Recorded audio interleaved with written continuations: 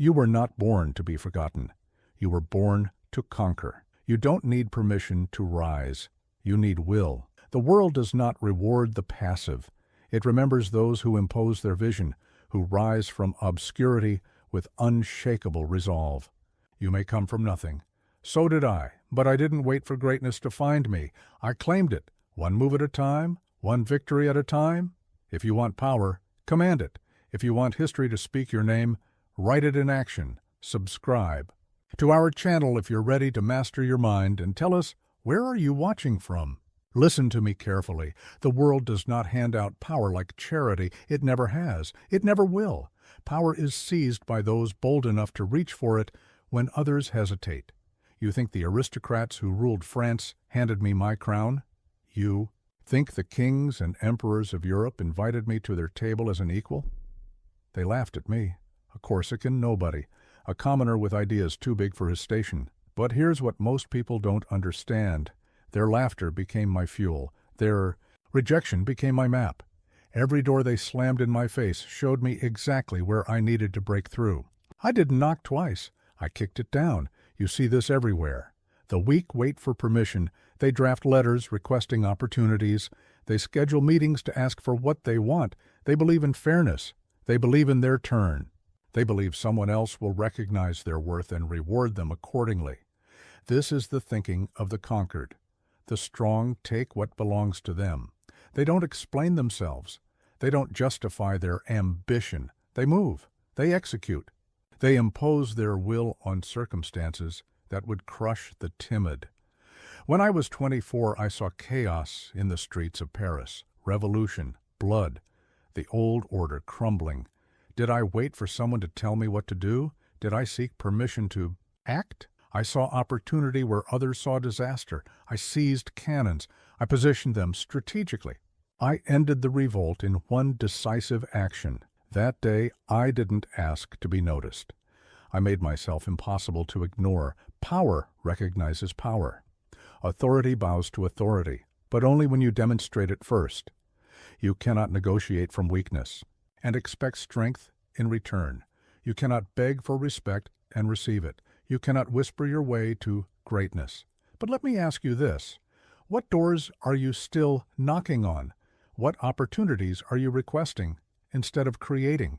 What power are you hoping someone else will grant you instead of claiming it yourself? The artillery corps didn't promote me because I was patient. They promoted me because I was indispensable. I made myself the solution to problems they couldn't solve. I became the answer to questions they didn't know how to ask. When war came, they needed me more than I needed them. This is the shift. Stop positioning yourself as the one who needs. Start positioning yourself as the one who provides. Stop asking for chances. Start creating results that demand recognition. Stop waiting for invitation. Start performing at levels that force acknowledgement. Every general who ever served under me understood this principle. I didn't recruit followers. I attracted commanders, men who had already proven their worth elsewhere, men who had already demonstrated their capacity to take what they wanted. Together, we didn't request territory. We conquered it. Your life is your battlefield. Your goals are your enemies. Your excuses are your chains. You can request freedom, or you can break free. You can ask for opportunity, or you can create it. You can hope for recognition, or you can force the world to see you. The choice has always been yours. Power is not distributed fairly. It never was meant to be. It flows to those who understand its nature and respect its rules. Take it, or watch others take it from you. There is no middle ground. You already have what it takes. Now go prove it. Luck is a lie told by the unprepared to explain the success of those who outwork them. You want to know the secret of what others call fortune? Preparation, meeting opportunity with such violent precision that the outcome appears magical to those who weren't watching. During the years of invisible work, I studied every battle ever fought. Not just the famous ones, the forgotten ones, the defeats, the disasters. While other officers enjoyed their wine and their comfort, I memorized maps. I calculated supply lines. I analyzed terrain until I could see battlefields in my sleep. When opportunity came, I didn't have to think, I knew. But here's what most people don't understand about preparation. It's not just about studying. It's about suffering. Real preparation hurts.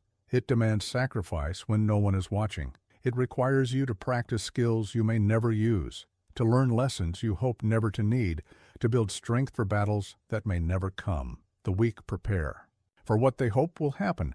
The strong prepare for what they fear might happen. I prepared for siege warfare in peacetime. I studied desert tactics while living in temperate climates. I learned languages of countries I'd never visited. When war took me to Egypt, to Russia, to Spain, I wasn't learning on the battlefield.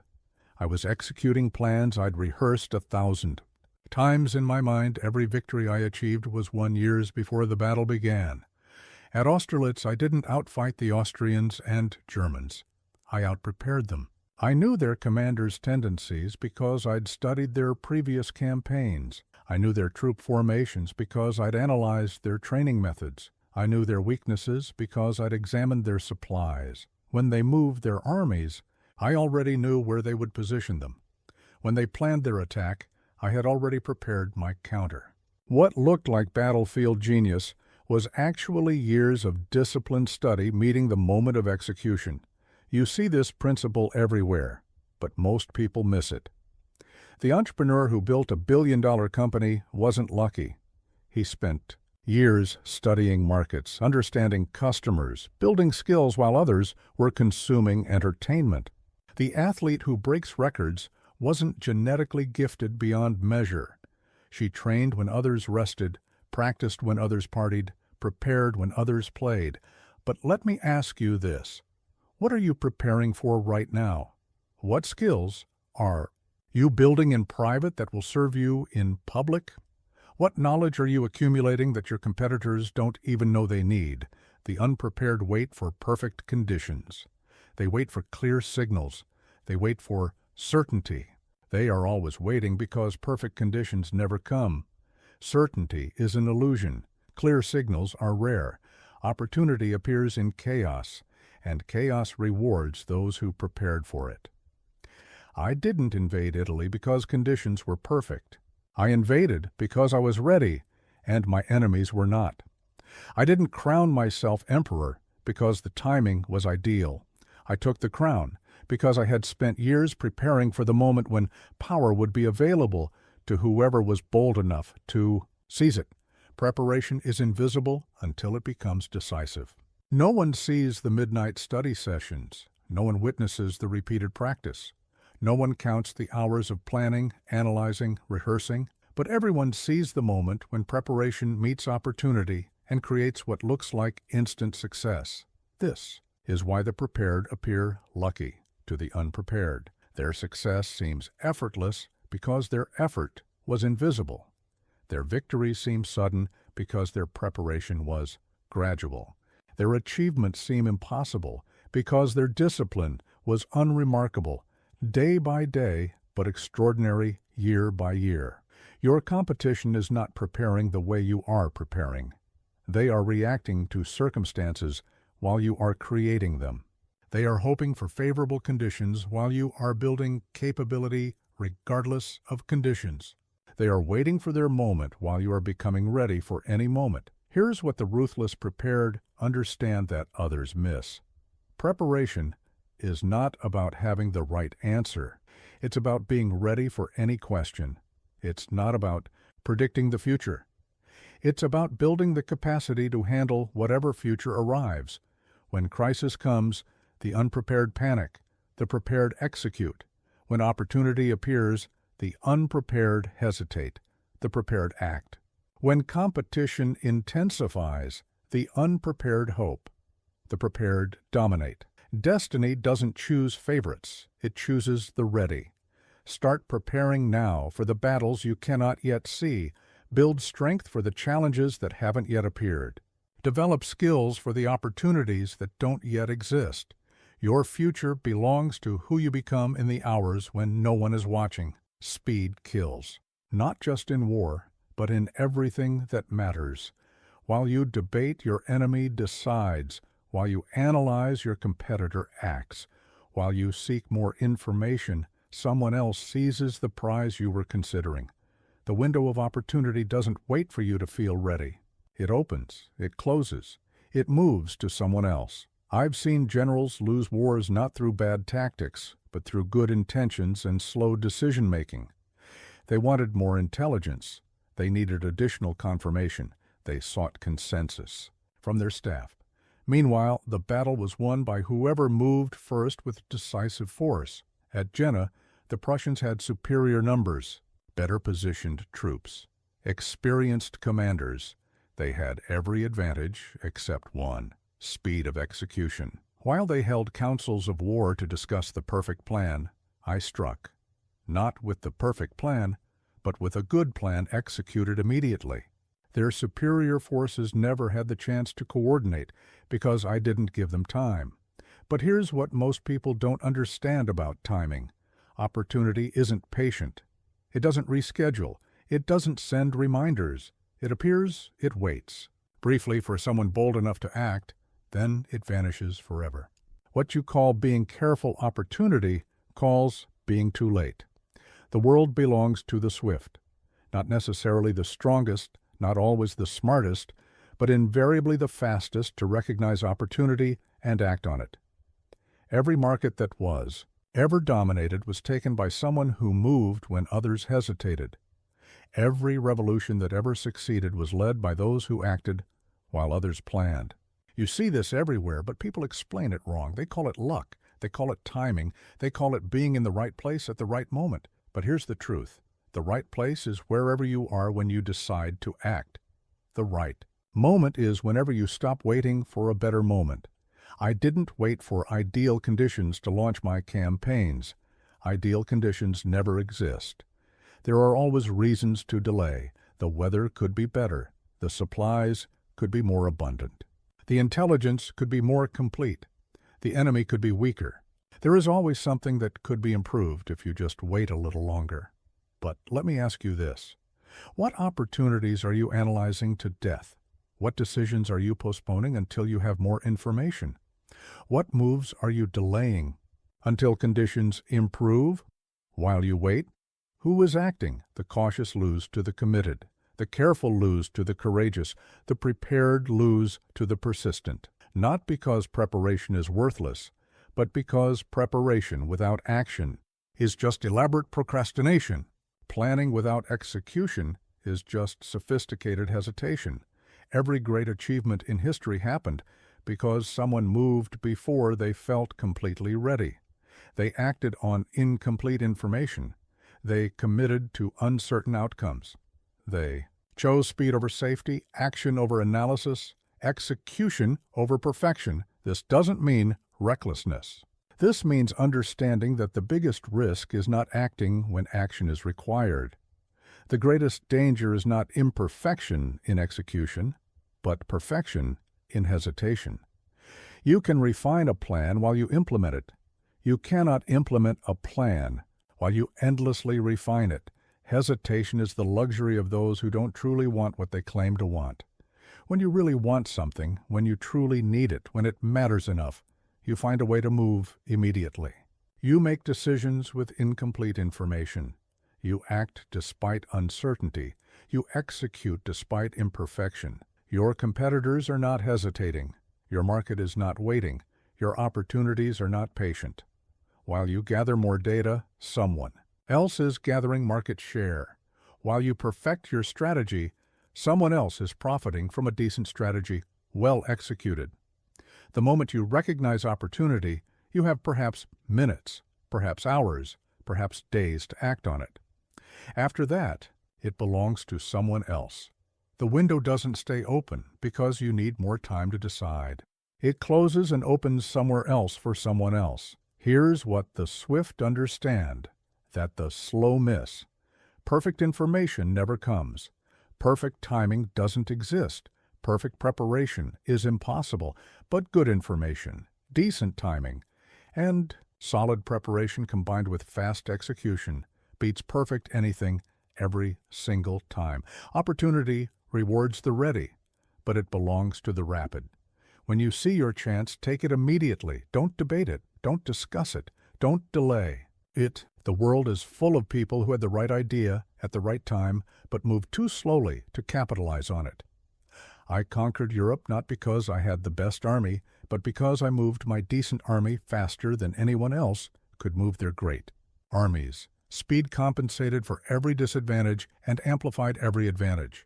The same principle applies to every area of life where competition exists. Move now. Act today. Execute immediately. Hesitation is not caution. It's opportunity death. Your body is your first army. Your mind is your primary weapon. Your will is your ultimate ammunition. If you cannot command yourself, you will never command anything else. If you cannot discipline your own flesh, you will never discipline circumstances. If you cannot master your own thoughts, you will never master your environment. I was not born with a powerful frame. I was not blessed with intimidating height. I was not gifted with natural physical dominance, but I understood something that larger men missed. True power comes not from the body you inherit, but from the body you forge. Not from the mind you receive, but from the mind you develop. Not from the will you feel, but from the will you strengthen. Every morning before I planned campaigns, I planned my day. Before I commanded armies, I commanded my habits. Before I conquered territories, I conquered my own weaknesses. This is the foundation that everything else builds upon. A man who cannot master himself will never master anything that matters. But here's what most people don't understand about self-discipline. It's not about perfection. It's about persistence. It's not about never failing. It's about never surrendering. The strongest steel is forged through repeated heating and hammering. The sharpest blade is created through constant grinding. The most reliable weapon is built through continuous testing and refinement. Your physical strength determines your mental resilience. When your body is weak, your mind gives up easier. When your body is conditioned, your mind endures longer. This is not philosophy. This is physics. A tired body produces tired decisions. A strong body supports strong choices. Every emperor understood this. Every conqueror lived this. I maintained physical training even during campaigns, not because I enjoyed it, but because I needed it. My body had to carry my mind through exhaustion. My frame had to support my will through endless pressure. My physical condition had to match my mental demands. When you lead, your body becomes the platform for everyone else's confidence. But physical strength without mental discipline is just decorated weakness. The mind must be trained more rigorously than the body. It must be conditioned to think clearly under pressure, to analyze rapidly under stress, to decide correctly under fire. Mental strength isn't about intelligence. It's about focus, about persistence, about the capacity to continue thinking when thinking becomes difficult. I studied mathematics not because I loved numbers, but because mathematical thinking creates mental discipline. I studied history not for entertainment, but because historical analysis develops pattern recognition. I studied languages not for communication, but because linguistic learning builds cognitive flexibility.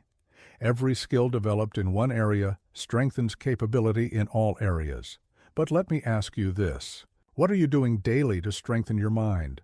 What disciplines are you practicing to build mental resilience? What challenges are you creating to test your psychological limits? Your mind, like your body, grows stronger only when consistently pushed beyond its current capacity. The will is the bridge between intention and achievement. It's the force that converts desire into action, plans into results, dreams into reality. Will is not emotion. Emotion fluctuates. Will is not motivation. Motivation disappears. Will is the disciplined choice to continue when continuing becomes difficult. I didn't conquer Europe because I felt like it every day. I conquered Europe because I chose to continue when I didn't feel like it, when the weather was terrible, when the supplies were short, when the odds were unfavorable, when my body was tired and my mind was frustrated and my emotions were discouraged. Will is what operates when everything else shuts down. Your will grows stronger through deliberate resistance training. You must regularly choose the difficult option. You must consistently select the uncomfortable path. You must repeatedly pick persistence over pleasure, discipline over desire, long-term benefit over short-term satisfaction. Every time you choose difficulty, your will becomes more powerful. This is why comfort is the enemy of greatness. Not because comfort is evil, but because comfort doesn't build strength. It doesn't develop resilience. It doesn't create the capacity to handle adversity when adversity inevitably arrives. Comfortable people fold under pressure because they never developed pressure resistance. Here's what you must understand. Building yourself into a weapon is not about becoming brutal. It's about becoming reliable. It's about developing the capacity to perform when performance matters. It's about creating the strength to support others when they cannot support themselves. It's about forging the will to continue when continuation seems impossible. Every morning, you choose who you become. Every workout, you decide your physical capacity. Every mental challenge, you determine your psychological strength. Every difficult choice, you build your will. The accumulation of these daily decisions creates the weapon you become. Your enemies are not building themselves the way you are building yourself. Your competitors are not disciplining themselves the way you are disciplining yourself. While they seek comfort, you embrace difficulty. While they avoid challenges, you create them. While they hope for strength, you develop it. Build yourself into a weapon so sharp that obstacles divide when they encounter you, so strong that resistance breaks against you, so reliable that others can depend on your strength when theirs fails. You already have what it takes. Now, make it stronger. Doubt is contagious. Uncertainty spreads faster than plague. When you hesitate, everyone watching you hesitates. When you question your decision, everyone following you questions it too. When you appear confused about your direction, everyone around you becomes lost. Leadership is not about having all the answers. It's about projecting certainty, even when certainty doesn't exist. I never let my marshals see me uncertain, not because I never felt doubt, but because doubt in a leader becomes panic in the ranks. When 50,000 men depend on your decisions, your internal confusion becomes their external chaos. They don't need to know about your midnight worries. They need to know about your daylight confidence. At Wagram, I wasn't certain my strategy would work. The Austrians had positioned themselves well. My own forces were stretched thin. The outcome could have gone either way, but uncertainty was a luxury I couldn't afford. So I projected absolute confidence in victory. I spoke as if success was inevitable. I moved as if defeat was impossible. My certainty became their certainty, and their certainty became our victory. But here's what most people don't understand about confidence. It's not about feeling certain. It's about acting certain regardless of how you feel. Real confidence isn't the absence of doubt. It's the decision to move forward despite doubt. It's the choice to lead when you don't have all the information you wish you had. People follow certainty because uncertainty is exhausting. When you're uncertain, you transfer the burden of decision-making to everyone around you. You make them responsible for figuring out what you should be figuring out. You ask them to provide the confidence you should be providing.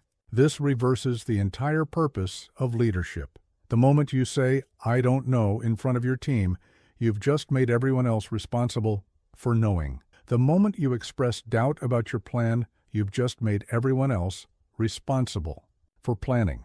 The moment you appear lost, you've just made everyone else responsible for finding the way. This is not collaboration. This is abdication. You see this everywhere. The manager who constantly seeks input because they're afraid to make decisions alone. The entrepreneur who changes direction every week because they're not sure which direction is right. The parent who negotiates with children because they're uncertain about their rules. All of them transfer their responsibility to others and wonder why no one respects their leadership. But let me ask you this. In what areas of your life are you projecting uncertainty when you should be projecting confidence? Where are you asking others to make decisions that you should be making? Where are you seeking reassurance when you should be providing it? Certainty creates gravity. People are drawn to those who seem to know where they're going, even when the destination isn't perfect. They would rather follow someone confidently going in a decent direction than someone hesitantly going in a perfect direction. Movement with confidence beats paralysis with accuracy every single time. This doesn't mean arrogance. This doesn't mean refusing to listen to advice. This doesn't mean ignoring feedback or rejecting input. But it means that after you've gathered information, after you've considered options, after you've weighed alternatives, you make a decision and stand behind it with absolute conviction. The uncertain seek consensus because they want shared responsibility for outcomes. The certain seek input because they want better information for decisions they will make alone. The uncertain want others to validate their choices. The certain want others to execute their choices. The difference is profound and visible to everyone around you. Your certainty must be stronger than their doubt. Your confidence must be more compelling than their fear. Your conviction must be more powerful than their hesitation. When you walk into a room, people should feel your certainty before you speak. When you make announcements, people should hear your confidence before they process your words. I never announced a campaign by saying, "We might attack," or "we could advance," or "we should consider moving." I announced by saying, "We march at dawn," or "we attack at first light," or "we advance immediately." Certainty of language creates certainty of action. Definitive words produce definitive results. Here's what you must understand. Your uncertainty doesn't just affect you, it affects everyone who depends on you. Your doubt doesn't just slow your progress. It stops everyone else's progress too. Your hesitation doesn't just hurt your confidence. It destroys everyone else's confidence in you. When you're uncertain, work through it privately. Study more. Analyze deeper. Consult trusted advisors. But when you appear publicly, project certainty. Speak with conviction. Move with purpose. Decide with finality. Let others see your strength, not your struggle. People don't follow leaders because those leaders never make mistakes.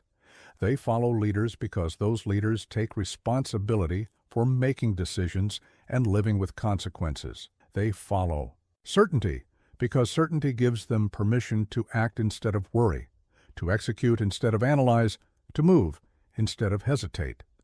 Your team, your family, your followers, your subordinates are all looking for someone who knows what to do next. Not someone who has all the right answers, but someone who makes clear decisions and stands behind them completely. Be that person.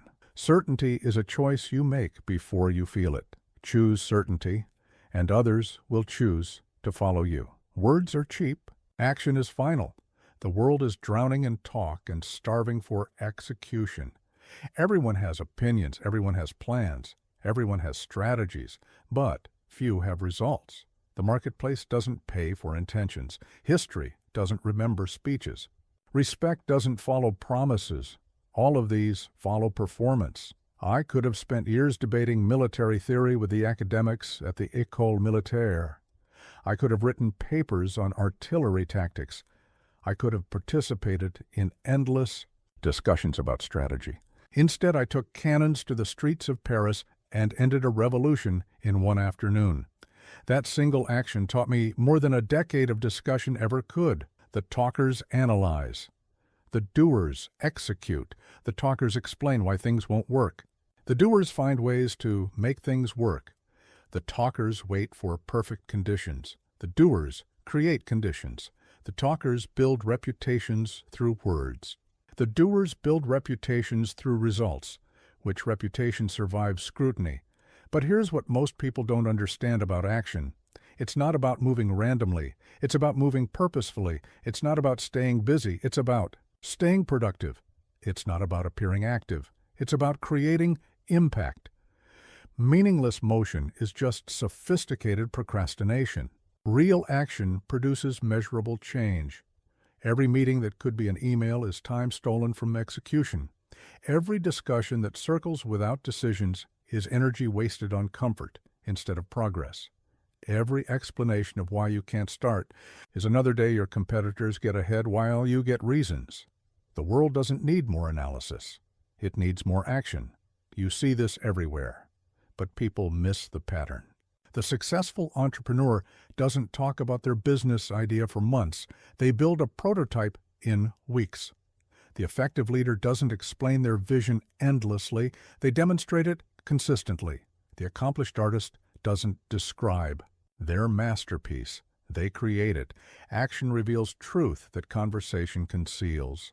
When I conquered Italy, I didn't send diplomatic messages explaining my intentions. I moved armies. When I needed to cross the Alps, I didn't debate the impossibility. With my staff, I found routes and started marching. When I decided to crown myself emperor, I didn't request permission from the Pope. I took the crown and placed it myself. Actions speak with authority that words never achieve. But let me ask you this. What are you talking about that you should be doing instead? What plans are you perfecting that you should be executing imperfectly? What meetings are you attending that are preventing you from creating the results those meetings discuss? How much of your energy goes to discussing action versus taking action? The silent performers outpace the vocal promisers every time. While others explain what they're going to do, performers are already doing it. While others justify why their approach is superior, performers are testing approaches and keeping what works. While others build consensus around ideas, performers build evidence through results. This principle separates the serious from the social. Serious people execute and let results speak. Social people discuss and let words speak. Serious people build things. Social people build conversations about things. The market rewards builders, not conversationalists. History remembers creators, not commentators. Your competition is not talking their way to success. They are working their way to success. While you explain your strategy, they execute theirs. While you perfect your pitch, they perfect their product. While you network for opportunities, they create opportunities through performance. Talk is their entertainment. Action is their advantage. Silence has power that speech cannot match. When you speak less, people listen more carefully to what you do say.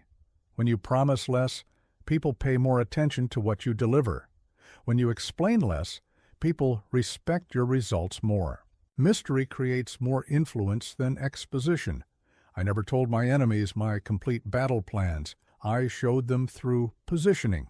I never explained my political strategy to rivals. I demonstrated it through appointments and alliances. I never described my vision for Europe. I carved it out through conquest. Actions carried more weight than announcements ever could. Here's what the effective understand that the talkative miss. Every moment spent explaining is a moment not spent executing. Every hour spent convincing is an hour not spent creating. Every day spent discussing is a day not spent building.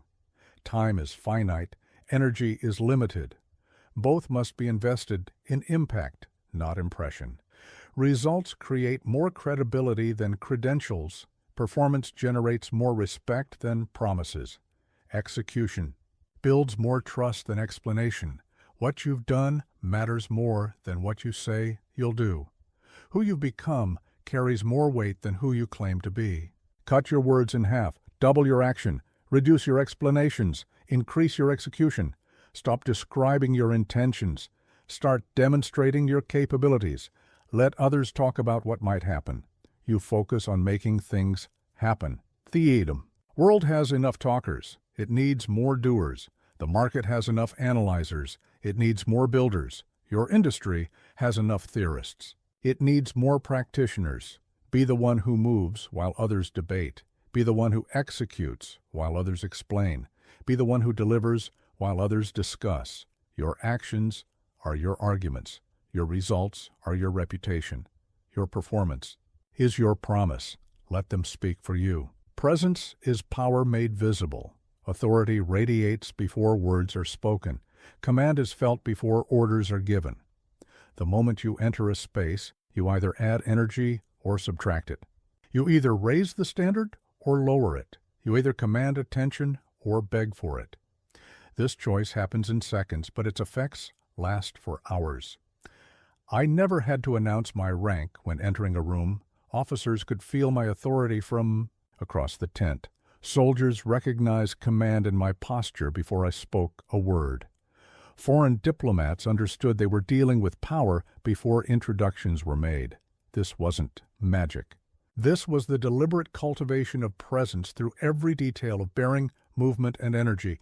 Your body speaks before your mouth opens. Your posture announces your confidence before your words do. Your movement reveals your purpose before. Your speech explains it.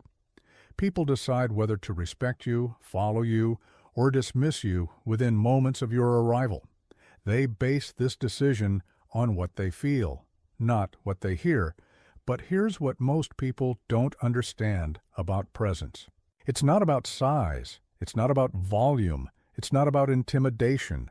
Real presence comes from internal certainty expressing itself through external control. It's the energy of someone who knows exactly what they're doing and why they're doing it. It's the gravity of absolute self-possession. The weak enter rooms apologetically. They minimize their space. They soften their voice. They defer immediately to whoever seems most comfortable. They position themselves as grateful to be included rather than valuable to be present. This energy is contagious. It makes everyone else unsure whether they should pay attention. The strong enter rooms like they own them, not through arrogance, but through confidence, not through aggression, but through authority. They take appropriate space. They speak at an appropriate volume. They engage at appropriate energy. They position themselves as contributors rather than observers. This energy is also contagious. It makes everyone else more focused. You see this everywhere, but people explain it wrong. They call it charisma. They call it natural leadership. They call it genetic gifts. But presence is learned. Authority is developed. Command is practiced. Every effective leader studies these skills and refines them constantly because they understand that influence begins before words. At Austerlitz, before the battle began, I rode along the line so every soldier could see me, not to give speeches, but to project confidence, not to explain strategy, but to demonstrate certainty. My presence on the battlefield communicated more than any words could. The men fought differently because they felt my energy, not because they heard my voice. But let me ask you this. What energy do you bring when you enter a room? Do people feel more confident or less confident when you arrive? Do meetings become more focused or more scattered when you participate? Do teams become more decisive or more hesitant when you're present? Your presence is your leadership signature. Command presence is built through conscious practice. How you stand, how you move, how you gesture, how you hold your head, how you use your eyes, how you control your breathing. Every detail either adds to your authority or subtracts from it. There are no neutral choices. Every element of your physical presence either builds influence or destroys it. The voice of command is different from the voice of conversation. It's not louder, but it's clearer. It's not harder, but it's firmer. It's not faster, but it's more deliberate. People respond to vocal authority even when they don't understand the words. Tone creates compliance more effectively than content. Quality of voice matters more than quantity of volume. Eye contact is the most powerful tool of nonverbal command. Where you look determines where others look. How long you maintain eye contact determines how seriously others take you. Who you look at when speaking determines who feels responsible for responding. Eyes are the primary weapon of presence. Use them with precision. Here's what you must understand about commanding rooms. It's not about dominating people. It's about dominating circumstances. It's not about making others smaller. It's about making situations clearer. It's not about intimidation. It's about inspiration. True command makes everyone in the room more effective, not less comfortable. Your entrance sets the tone for everything that follows. Walk into every room like you belong there. Stand like you own your space. Speak like your words matter. Move like your purpose is clear. Command the room before you try to command anything else. Your presence is your first impression and your lasting impact. Make it count with purpose. Move with confidence. Position yourself strategically. Make eye contact deliberately. Speak when speaking adds value. Listen when listening demonstrates respect. Control your energy so your energy can lift others instead of drain them. Before you try to convince anyone of anything, convince them that you're worth listening to. Before you attempt to influence anyone's thinking, influence their feeling that you have something valuable to offer. Before you ask for their attention, earn their attention through the quality of your presence. People follow energy before they follow ideas. They respond to confidence before they respond to content. They respect presence before they respect credentials. Your ability to command a room determines your ability to command respect, which determines your ability to command results. Every room you enter is an opportunity to practice presence. Every meeting is a chance to refine authority. Every interaction is training for command. The more you consciously develop these skills, the more naturally they operate when you need them most. Walk. Strength without strategy is just expensive weakness. Power without precision is just loud failure. Force without focus is just wasted. Energy. The strongest army doesn't win. The smartest army wins. The biggest company doesn't dominate. The most efficient company dominates. The hardest worker doesn't succeed. The most strategic worker succeeds. I never had the largest army on any battlefield. The Austrians always outnumbered me. The Russians always had more men. The Prussians always had better equipment.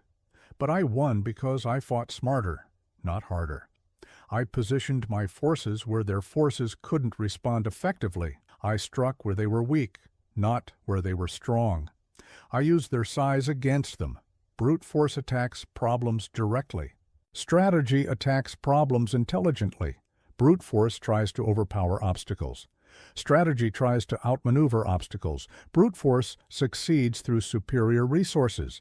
Strategy succeeds through superior positioning. Which approach survives? When resources become limited. But here's what most people don't understand about strategic thinking. It's not about complexity, it's about clarity. The best strategies are simple enough to execute under pressure. Complex plans fall apart when circumstances change. Simple plans adapt when conditions shift. Elegant solutions beat elaborate solutions. Because elegance works when elaboration fails. At Rivoli, I was outnumbered 4-1. The Austrians had positioned themselves perfectly to crush my army. Traditional military thinking said, retreat, but I saw something they missed. Their strength was also their weakness. Their large force required coordination across multiple positions. I struck fast at one position before the others could support it. Their advantage became their disadvantage. You see this principle everywhere. The small business that outcompetes corporations not through bigger budgets, but through faster decision-making. The startup that dominates markets not through more resources, but through better positioning. The individual who advances faster, not through longer hours, but through smarter choices. Strategy multiplies effort. Effort without strategy just multiplies exhaustion. Every problem has a direct solution and an intelligent solution. The direct solution attacks the problem with maximum force. The intelligent solution attacks the problem with maximum precision. Direct solutions require more resources. Intelligent solutions require more thought. Most people choose direct because thinking requires more energy than acting. This is why most people lose to better thinkers. But let me ask you this. Where are you using force when you should be using finesse? Where are you attacking problems directly when you should be approaching them strategically? Where are you working harder when you should be working smarter? Your effort is valuable. Don't waste it on inefficient approaches. Strategic thinking begins with understanding the real objective. Most people fight the wrong battles because they haven't clearly defined what victory looks like. They attack symptoms instead of causes. They solve immediate problems instead of underlying issues. They win tactics while losing strategy. Clear objectives produce clear strategies. Confused objectives produce confused efforts. The best strategy is always the one that achieves maximum results with minimum resources. Not because resources don't matter, but because efficient victory is sustainable victory. Wasteful wins exhaust you for the next battle. Efficient wins strengthen you for the next challenge. Strategic thinking preserves energy while multiplying impact. Position beats power every time. Where you attack matters more than how hard you attack.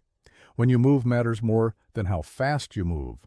Who you target matters more than how many you target. Strategy is about leverage, finding the point where minimum input creates maximum output, finding the angle where small pressure creates large results. Here's what strategic thinkers understand that force-focused people miss. Every advantage can become a disadvantage under the right circumstances. Every strength has a corresponding weakness. Every asset has a hidden liability. Strategy identifies these reversals and exploits them. Strength users attack advantages. Strategy users attack disadvantages disguised as advantages. Your competition is probably stronger than you in some areas. They might have more money, more people, more resources, more experience. But strength advantages are visible. Strategic advantages are invisible until they're decisive. While they build more power, you can build better positioning. While they accumulate more force, you can develop more precision. I defeated coalitions of multiple countries not because France was stronger than all of them combined, but because I fought them separately rather than simultaneously. I used their inability to coordinate against their individual strengths. Strategy turned their collective advantage into individual disadvantages. This same principle applies to every competitive situation. Study your opposition not to match their strengths, but to identify their weaknesses. Study your market not to copy what works, but to find what's missing. Study your challenges not to gather more force, but to discover better angles. Strategic advantages compound over time while strength advantages diminish with use. Think before you act. Plan before you execute. Position before you attack. Understand before you engage. Strategy is the force multiplier that turns small efforts into large results, limited resources into unlimited possibilities, individual capability into unstoppable momentum. Strength gets attention. Strategy gets results. Choose strategy. Failure is not the end of the story. It's the beginning of intelligence. Every defeat carries information that victory conceals. Every setback reveals weaknesses that success disguises. Every loss teaches lessons that wins cannot provide. The question is not whether you will fail. The question is whether you will learn from failure faster than your competition learns from success. My retreat from Moscow taught me more about logistics than 20 victories had taught me about tactics. That disaster revealed flaws in my planning that success had hidden. The brutal cold showed me supply chain weaknesses that warm weather campaigns had concealed. The long march back forced innovations in survival that comfortable advances had never required. That failure made me a better strategist than any triumph ever could. Most people treat failure as verdict. They see setbacks as evidence they should quit. They interpret defeat as proof they were wrong to try. But failure is not verdict. It's feedback. It's not evidence of inability. It's information about improvement. The only real failure is the failure to extract wisdom from whatever went wrong. But here's what most people don't understand about learning from setbacks. The lesson is rarely what you think it is. Surface analysis produces surface improvements. Deep analysis produces deep transformation. Most people learn the wrong lessons from failure because they analyze the symptoms instead of the causes, the immediate instead of the underlying, the obvious instead of the hidden. When businesses fail, Entrepreneurs blame the market. When relationships fail, people blame their partners. When projects fail, teams blame resources. But the real lessons hide deeper in planning, in preparation, in principles, in positioning. The failure you can see is rarely the failure that matters. The failure that matters is usually invisible until you dig beneath the obvious explanations. You see this everywhere. The athlete who loses focuses on the final moments instead of the months of preparation that made those moments inevitable. The company that fails analyzes the last quarter instead of the strategic decisions that created vulnerability. The student who fails blames the test instead of the study habits that left them unprepared. Immediate causes get attention. Root causes create transformation. At Waterloo, I didn't lose because Wellington was a better general. I lost because I had ignored signals that my system was breaking down.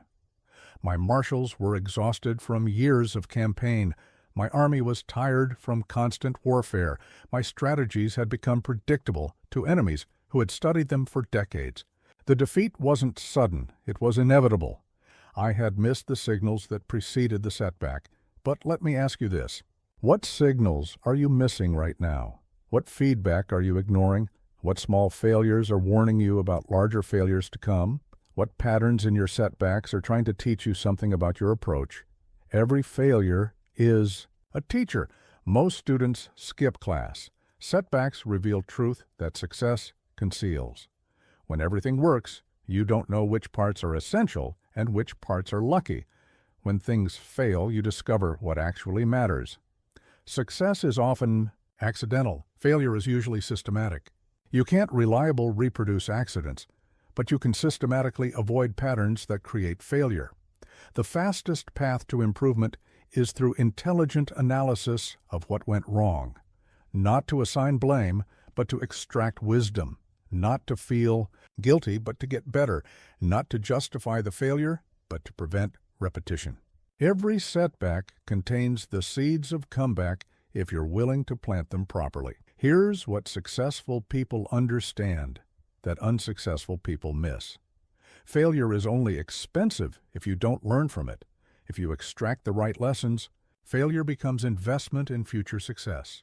If you ignore the lessons, failure becomes waste of resources and time. The cost of failure is not the setback itself, it's the missed opportunity to improve. Your competition is probably making mistakes right now that they're not learning from. They're experiencing setbacks that they're not analyzing properly. They're receiving feedback that they're not processing correctly. While they repeat their errors, you can learn from yours. While they ignore their signals, you can respond to yours. This creates competitive advantage through conscious improvement. Setbacks are not punishments. They're redirections. They're not evidence you're on the wrong path. They're information about how to navigate the path more effectively. Every obstacle reveals something about better approaches. Every resistance teaches something about improved techniques. Every failure demonstrates something about refined strategies. Document your failures as carefully as you document your successes. Study your defeats as thoroughly as you study your victories. Analyze your setbacks as systematically as you analyze your progress. The lessons in failure are often more valuable than the lessons in success because they teach you what doesn't work, which is harder to discover any other way. When you fail, ask better questions. Not why did this happen to me, but what did this teach me? Not who is responsible for this, but how can I prevent this? Not why did I fail, but what can I do differently? Better questions produce better answers. Better answers produce better results. Every master was once a failure who refused to stay failed. Every expert was once a beginner who learned from every mistake. Every winner was once a loser who extracted wisdom from defeat and applied it to the next attempt. Your setbacks are not your story. Your response to setbacks is your story. Learn faster than you fail, and you'll succeed sooner than you expect. Oh, the world is divided into two kinds of people, those who add value and those who extract value, those who build and those who take. those who create resources, and those who consume resources. Everything you achieve, everything you become, everything you're remembered for depends on which side of this equation you choose to live on. I didn't just conquer territories. I built infrastructure. I didn't just win battles. I established legal systems. I didn't just command armies. I created institutions that outlasted my empire. The Code Napoleon still influences legal systems across the world today, not because I was a great conqueror, but because I was a great creator. Destruction is temporary. Creation is permanent. Consumers take from the world and leave it smaller. Creators add to the world and leave it larger. Consumers solve their own problems by creating problems for others. Creators solve problems in ways that create solutions for everyone. Consumers extract value from systems. Creators build systems that generate value. Which approach builds lasting power? But here's what most people don't understand about creation. It's not about invention, it's about improvement. You don't have to create something from nothing. You can create something better from something that already exists. Every improvement is creation. Every enhancement is building. Every optimization is adding value to the world. Most people go through life as economic parasites. They consume more than they produce. They take more than they give. They extract more value than they create. They solve their problems by making their problems someone else's problems. This approach works temporarily, but it's not sustainable, and it's not respected. You see this everywhere. The employee who does the minimum required work while demanding maximum possible compensation. The business that cuts costs by reducing quality instead of improving efficiency. The politician who wins elections by promising what they cannot deliver. All of them are consumers disguised as contributors. All of them eventually fail when the systems they're draining run out of resources to give them. The creators think differently. They ask, how can I make this better? Instead of, how can I get more from this? They ask, what can I add? Instead of, what can I take? They ask, how can I solve this problem in a way that prevents it from happening again? Instead of, how can I make this problem someone else's responsibility? But let me ask you this. Are you creating more value than you're consuming? Are you solving more problems than you're creating? Are you building more than you're taking? Are you leaving every situation better than you found it or worse than you found it? Your long-term success depends on these answers. Creation compounds. Every value you add creates capacity for more value. Every problem you solve creates capability to solve bigger problems. Every system you improve creates resources for more improvements. Creators build momentum that accelerates over time. Consumers deplete resources that diminish over time. I created systems of education, transportation, communication, and governance that multiplied the productivity of entire populations. These improvements generated wealth that funded more improvements. This created upward spirals of progress that benefited everyone, including me. Creating value for others is the most reliable way to create value for yourself. Here's what creators understand that consumers miss. The more value you create, the more valuable you become.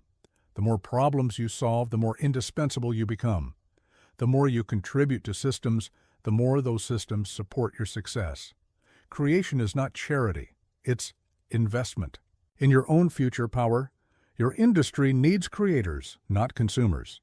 Your market needs builders, not takers. Your organization needs contributors, not extractors. While others focus on getting more from existing systems, you can focus on building better systems. While others compete for limited resources, you can create unlimited resources through innovation and improvement. Start with your immediate environment. What can you improve? What can you optimize? What can you build?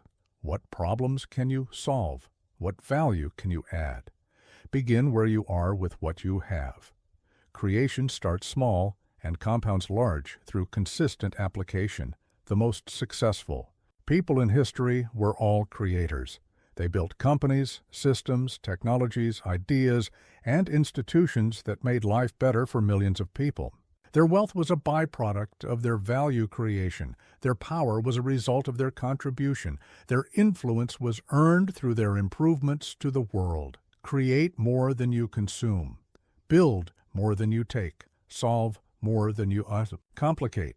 Add more than you extract. This is the path to sustainable success and lasting respect. The world has enough consumers. It needs more creators. Be one. People don't abandon leaders. They abandon standards. They don't betray strong commanders. They betray weak expectations. They don't quit on successful missions. They quit on confused directions. When loyalty disappears, it's not because people changed. It's because leadership changed. Or worse, it's because leadership never existed. In the first place, my marshals followed me across Europe not because I was kind to them. They followed because I was consistent with them. They knew what I expected. They knew what I would tolerate. They knew what I would reward and what I would punish. My standards never shifted based on my mood or their convenience. This certainty created loyalty stronger than friendship ever could. Loyalty is not given, it's earned. But it's not earned through favors or friendship. It's earned through consistency of standards and fairness of application. People need to know what you expect from them and what they can expect from you. When these expectations are clear and consistent, loyalty becomes inevitable. When they're unclear or inconsistent, loyalty becomes impossible. But here's what most people don't understand about building loyalty. It's not about being liked. It's about being respected. It's not about making people comfortable. It's about making them confident. It's not about lowering standards to keep people happy. It's about maintaining standards to keep people focused. Loyalty follows respect, not affection. The leaders who complain about disloyal people are usually the leaders who never established clear standards for loyalty. They want commitment without providing clarity. They want dedication without defining expectations. They want people to stay loyal to vague principles instead of specific standards. This confusion creates the disloyalty they complain about. You see this everywhere. The manager who changes priorities every week and wonders why their team seems uncommitted. The entrepreneur who shifts strategies constantly and can't understand why employees keep leaving. The parent who enforces rules inconsistently and then gets frustrated by disrespectful children. All of them are creating the disloyalty they're experiencing.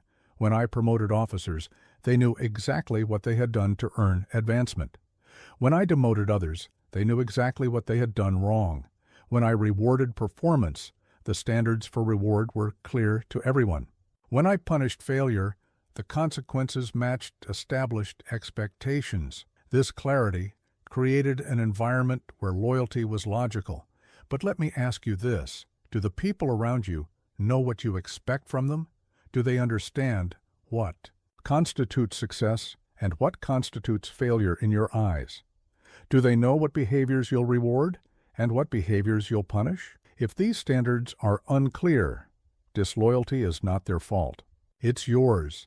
High standards create high loyalty. Low standards create low loyalty. When you demand excellence and provide support for achieving it, people become committed to the mission. When you accept mediocrity and provide excuses for it, people become committed to the minimum. The quality of loyalty you receive reflects the quality of standards you maintain. This doesn't mean being harsh. This means being clear. This doesn't mean being unreasonable. This means being consistent.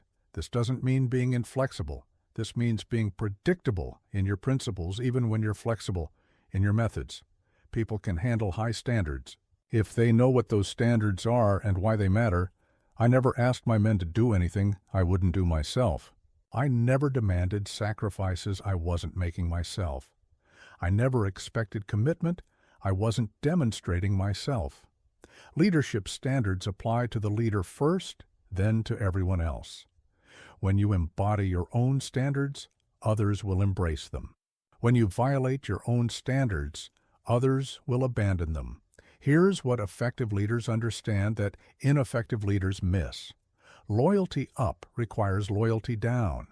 If you want people to be loyal to you, you must be loyal to them. If you want Commitment to your vision, you must be committed to their success. If you want them to sacrifice for the mission, you must sacrifice for them when the mission demands it. Your loyalty to your standards creates their loyalty to you. Your commitment to your principles creates their commitment to your leadership. Your consistency in applying rules creates their confidence in following you. When standards are clear, consistent, and fairly applied, loyalty becomes automatic rather than negotiated. The most loyal people work for leaders with the highest standards, not the lowest expectations. They respect leaders who challenge them to be better, not leaders who accept them as they are. They follow leaders who demand excellence and provide support for achieving it, not leaders who accept mediocrity and make excuses for it. If you want to build loyalty, build better standards. If you want to create commitment, create clearer expectations. If you want to develop dedication, develop more consistent application of your principles. The loyalty you want is the reflection of the standards you maintain. Stop blaming people. For disloyalty, start building standards that create loyalty. The quality of your followers reflects the quality of your leadership. Fear serves you, or you serve fear. There is no neutral ground. Either you use fear as information and motivation, or fear uses you as its prisoner and puppet. The choice is always yours, but most people never realize they have a choice. They feel fear and assume they must obey it. They experience anxiety and believe they must avoid what caused it. This surrender to fear is the death of greatness. Before every major battle, I felt fear. Before Austerlitz, before Jena, before Wagram. Fear of defeat, fear of death, fear of losing everything I had built. But I never let fear make my decisions. I felt it, acknowledged it, learned from it, then used it to sharpen my preparation and focus my mind. Fear became my advisor, not my commander. Fear tells you what matters. If you weren't afraid to lose something, it wouldn't be valuable to you. If you weren't afraid to fail at something, it wouldn't be important to you. If you weren't afraid of certain consequences, those consequences wouldn't be significant. Fear is your emotional guidance system pointing toward what you value most. Use this information, but here's what most people don't understand about fear. It's designed to keep you alive, not to make you successful. Fear evolved to help humans survive immediate physical threats. It was never meant to help you navigate complex modern challenges like career advancement, relationship building, or business development. Ancient fear responses are often counterproductive in modern success situations. The fearful avoid risk and miss opportunity. They choose safety over growth, comfort over challenge, certainty over potential. This approach guarantees one thing: mediocrity. You cannot build an extraordinary life through ordinary choices. You cannot achieve exceptional results through average actions. You cannot create remarkable success through conventional thinking. You see this everywhere. The entrepreneur who never starts their business because they're afraid of failure. The employee who never asks for a promotion because they're afraid of rejection. The artist who never shares their work because they're afraid of criticism. All of them let fear make their decisions and then wonder why their lives lack excitement and achievement. When I decided to crown myself emperor, I was terrified. The political risk was enormous. The military risk was significant. The personal risk was complete. But I had learned that the biggest risk is not taking calculated risks when those risks are necessary for achieving your objectives. Sometimes the safe choice is the most dangerous choice of all. But let me ask you this: what opportunities are you avoiding because of fear? What goals are you abandoning because of anxiety? What actions are you postponing because of worry? What decisions are you delegating to fear instead of making through reasoning? How much of your life is being controlled by emotions that were designed for situations that no longer exist? Fear can be converted into fuel. The energy you feel when you're afraid is the same energy you feel when you're excited. The physical sensations are identical, only the interpretation differs. You can choose to interpret fear as danger requiring retreat, or as energy requiring direction. You can use fear to avoid action, or you can use fear to focus action. Here's the difference between those who are controlled by fear and those who control fear. Controllers feel fear and ask, "What is this telling me?" Controlled people feel fear and ask, "How can I avoid this?" Controllers use fear as information for better preparation. Controlled people use fear as justification for avoiding preparation. Controllers let fear sharpen their focus. Controlled people let fear scatter their attention. I used fear of defeat to study my enemies more thoroughly.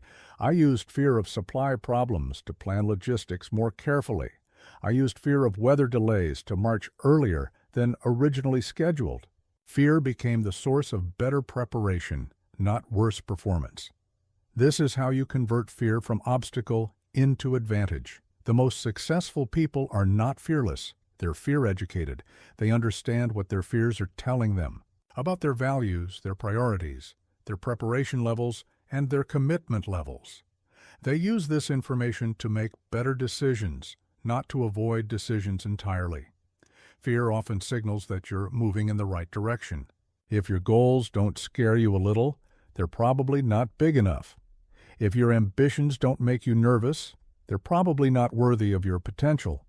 If your plans don't create some anxiety, they're probably not challenging enough.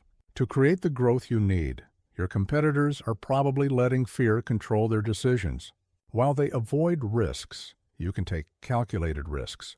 While they choose safety, you can choose growth. While they let fear decide their actions, you can let intelligence decide your actions while using fear to improve your intelligence. Feel the fear.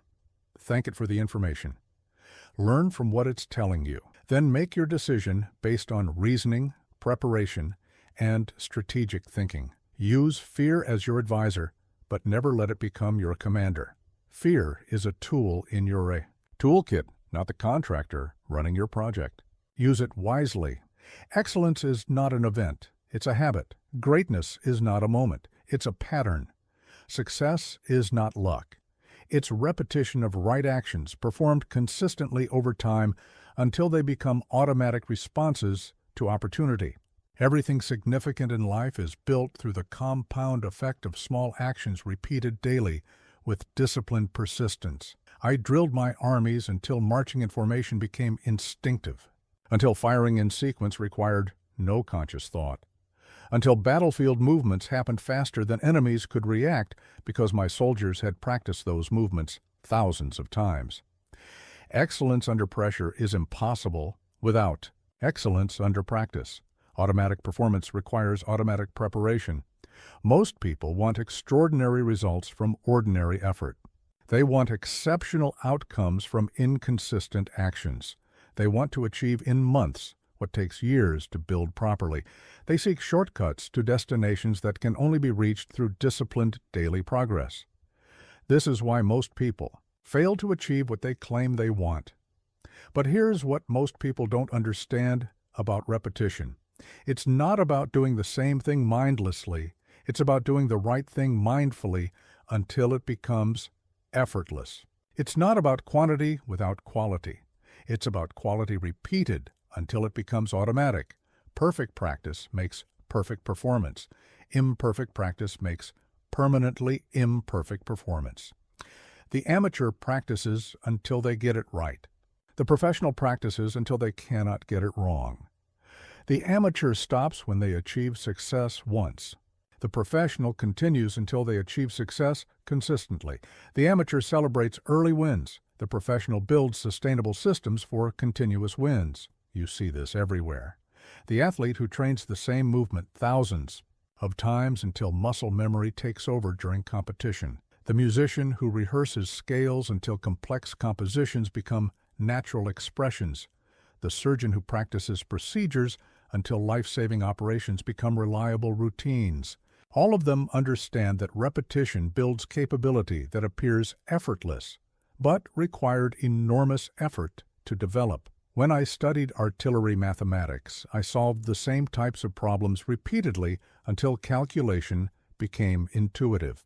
When I learned battlefield tactics, I analyzed the same scenarios from multiple angles until pattern recognition became automatic. When I developed political strategy, I practiced the same negotiations until persuasion became natural. Repetition converted conscious competence into unconscious mastery. But let me ask you this. What skills are you developing through daily repetition? What capabilities are you building through consistent practice? What expertise are you creating through repeated application? What habits are you strengthening through disciplined execution? Your future success depends on what you're repeating today. Repetition works because it builds neural pathways in your brain. Every time you repeat an action, you strengthen the connection between neurons that control that action. Eventually, the pathway becomes so strong that the action happens automatically without conscious effort. This is how experts perform complex tasks that look impossible to beginners. The key is intelligent repetition. You must repeat the right actions in the right way for the right reasons. Random repetition builds random results. Purposeful repetition builds purposeful results. Repetition without feedback builds habits, but not necessarily good habits. Repetition with feedback builds excellence. Here's what masters understand that beginners miss. The quality of your repetition determines the quality of your results. Sloppy repetition builds sloppy performance. Precise repetition builds precise performance. Focused repetition builds focused performance. Disciplined repetition builds disciplined performance. So I never allowed my soldiers to practice battlefield formations carelessly.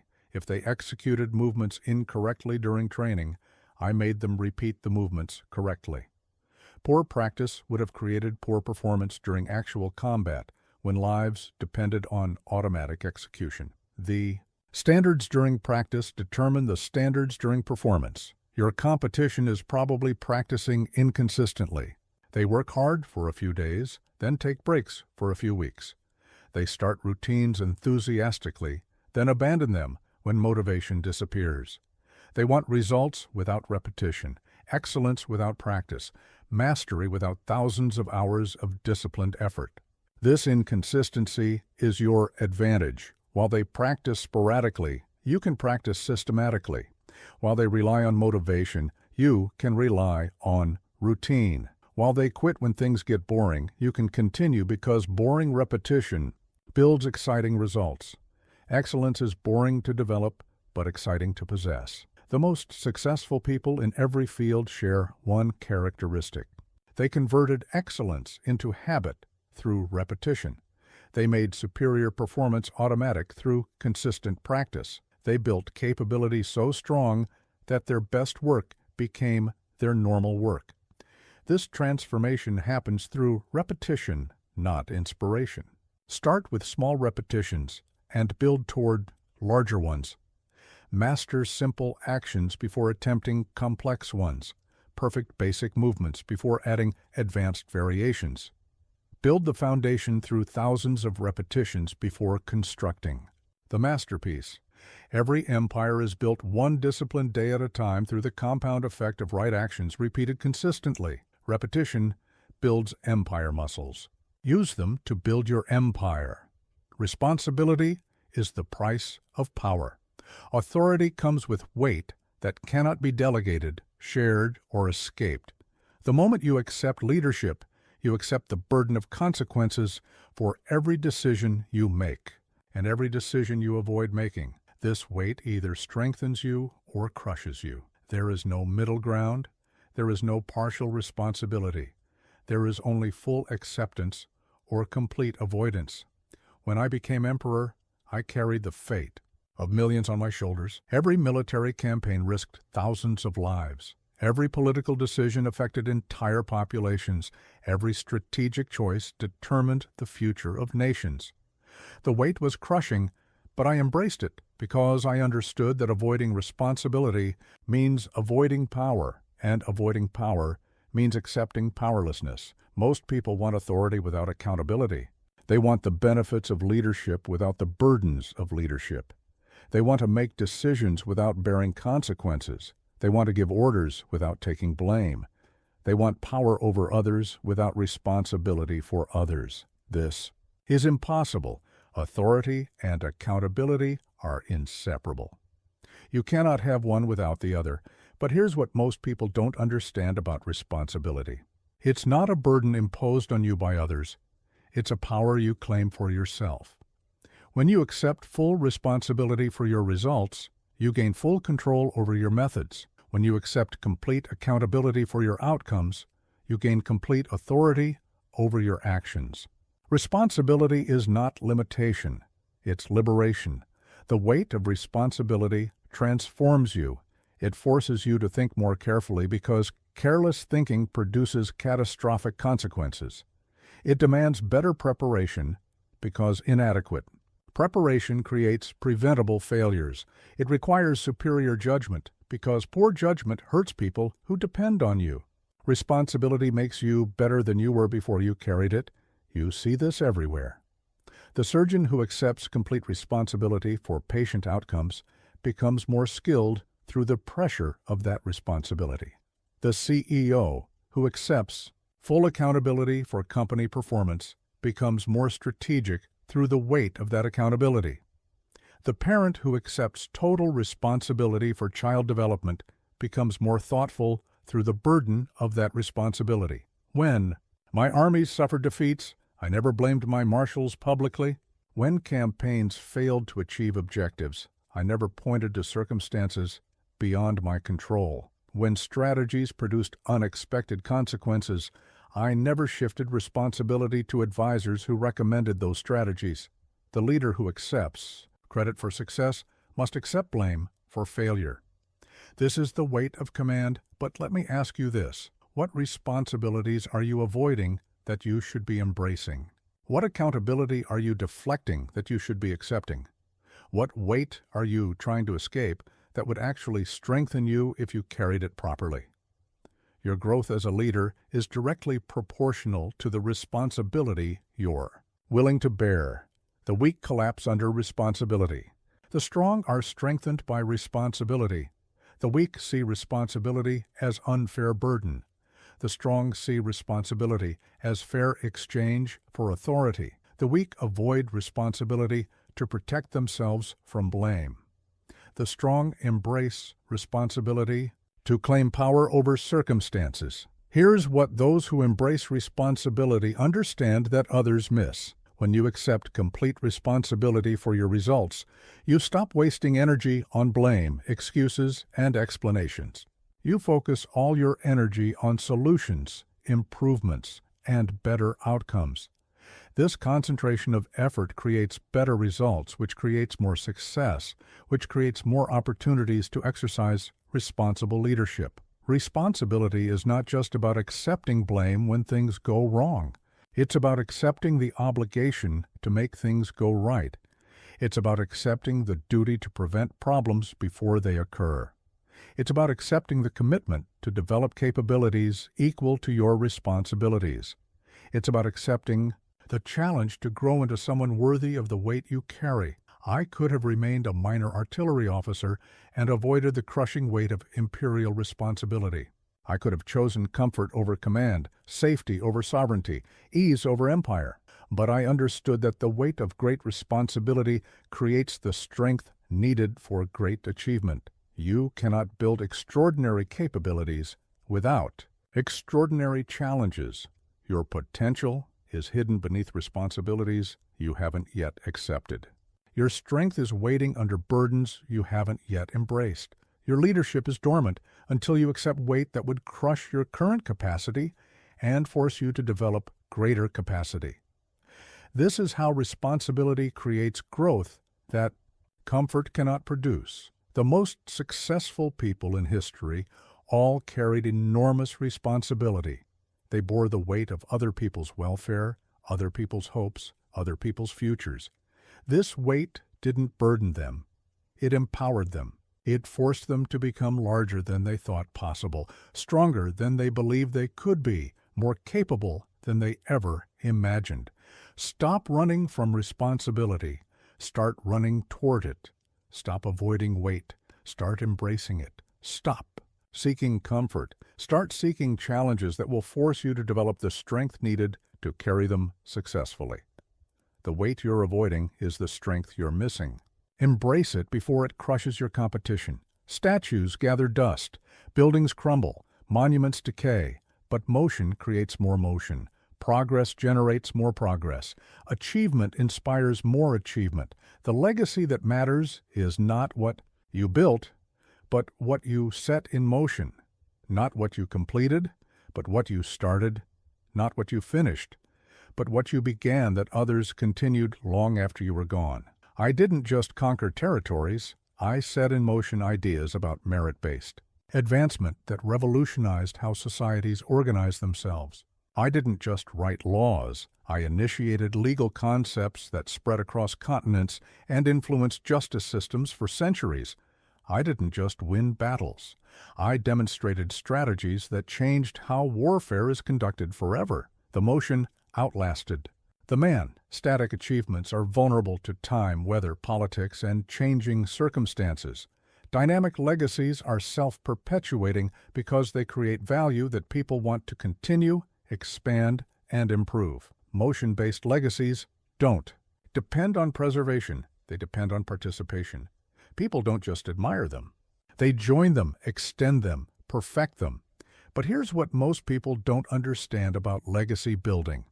It's not about creating something permanent. It's about creating something that generates its own momentum. It's not about building monuments to yourself. It's about building movements that serve others. It's not about being remembered. It's about being continued. The most powerful legacies are those that make the creator unnecessary. Every great leader started something that became bigger than they were. Every successful entrepreneur created momentum that outlasted their direct involvement. Every influential thinker introduced ideas that other people developed, refined, and applied in ways the original thinker never imagined. They became catalysts for motion rather than creators of static monuments. You see this everywhere. The teacher who doesn't just educate students, but inspires them to become educators themselves. The innovator who doesn't just solve problems, but teaches others to solve problems better.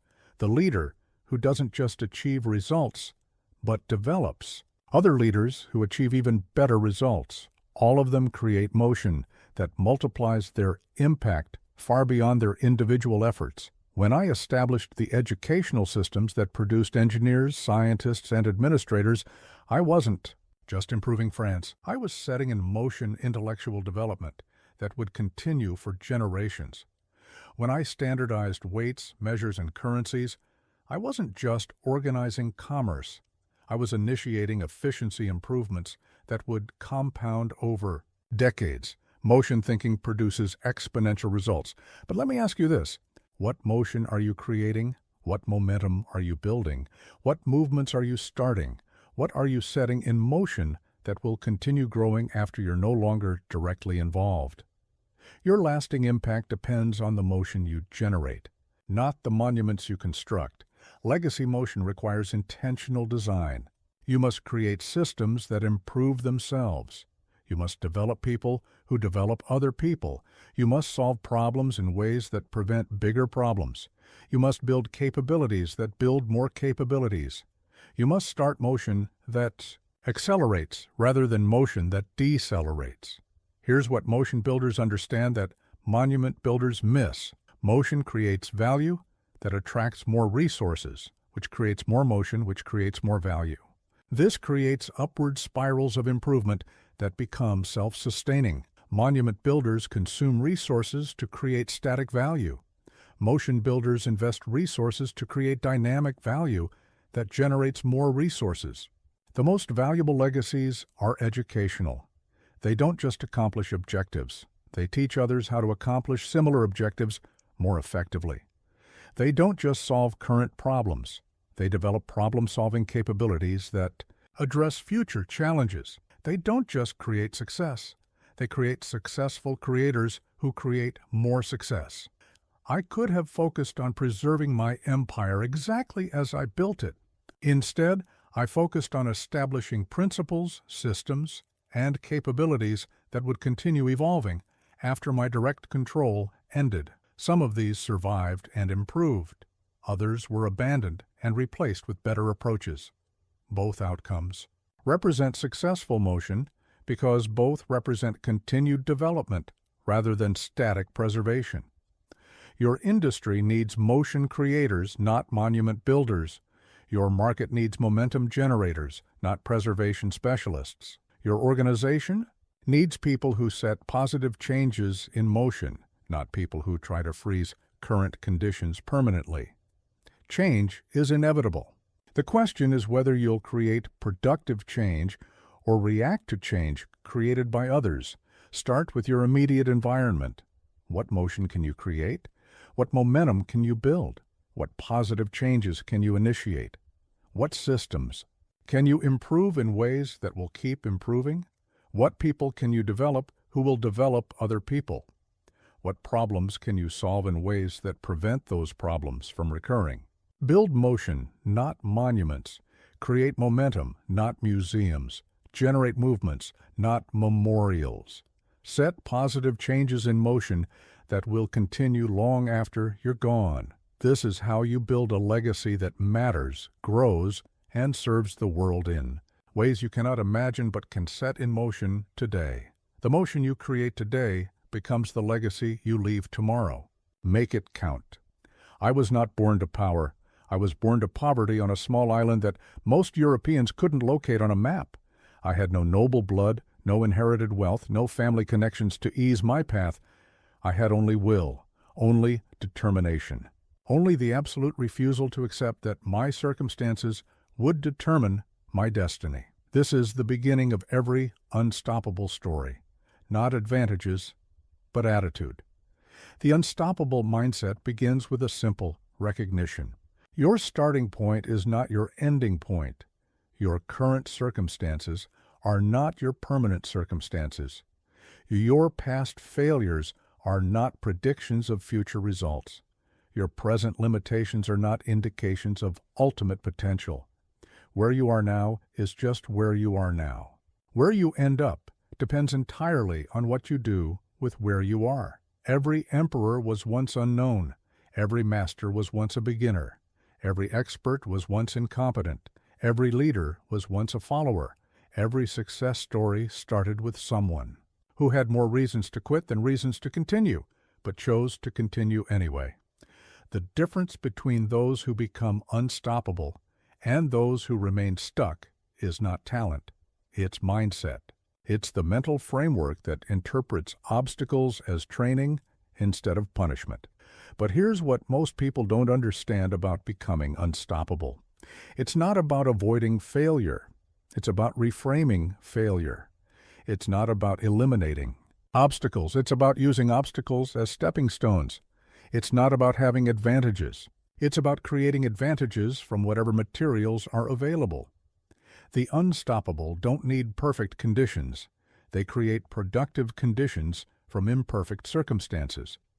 I used every setback as education, every rejection as redirection, every defeat as preparation for victory, every closed door as information about which doors might be unlocked. The same events that discourage the stoppable motivate the unstoppable because they interpret events differently.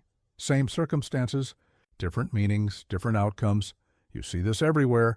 The entrepreneur who gets rejected by 100 investors and uses each rejection to refine their pitch until investor 101 says yes. The athlete who loses competitions early in their career and uses each loss to identify weaknesses that become strengths. The artist who faces criticism and uses each critique to develop skills that eventually create masterpieces. All of them transform opposition into improvement.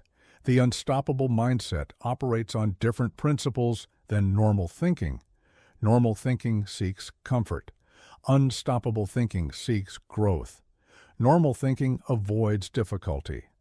Unstoppable thinking embraces difficulty as the price of development. Normal thinking hopes things will get easier.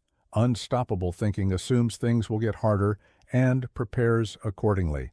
But let me ask you this.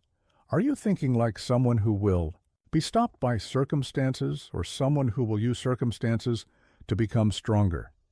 Are you interpreting challenges as problems or as training? Are you looking for reasons why your goals are impossible or reasons why they're inevitable if you persist long enough with intelligent effort?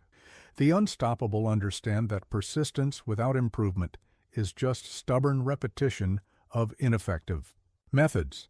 They don't just continue doing the same thing longer. They continue learning how to do things better while they continue doing them. They adapt their methods while maintaining their objectives. They change their approaches while keeping their destinations. Here's what creates the unstoppable mindset. Absolute clarity about what you want, combined with complete flexibility about how you achieve it. Unwavering commitment to your destination, combined with constant adjustment of your route. Persistent effort, combined with continuous improvement. This combination makes you unstoppable because it makes you both determined and adaptable. I never lost sight of my ultimate objective, but I constantly modified my strategies based on changing circumstances. When one approach failed, I developed another approach. When one path became blocked, I found or created alternative paths. When one alliance dissolved, I formed different alliances.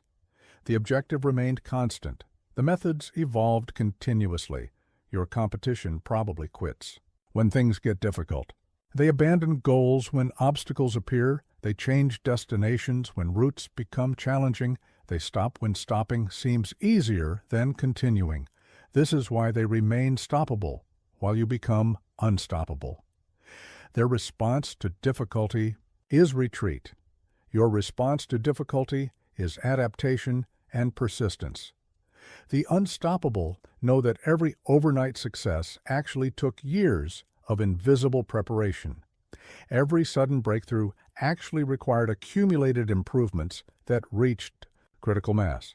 Every apparent miracle actually resulted from consistent application of effective principles over extended periods. There are no shortcuts to significance, but there are accelerated paths for those who understand the principles. Start where you are. Use what you have. Do what you can. Learn what you must.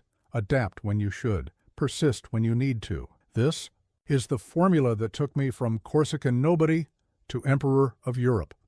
This is the mindset that transforms ordinary people into extraordinary achievers.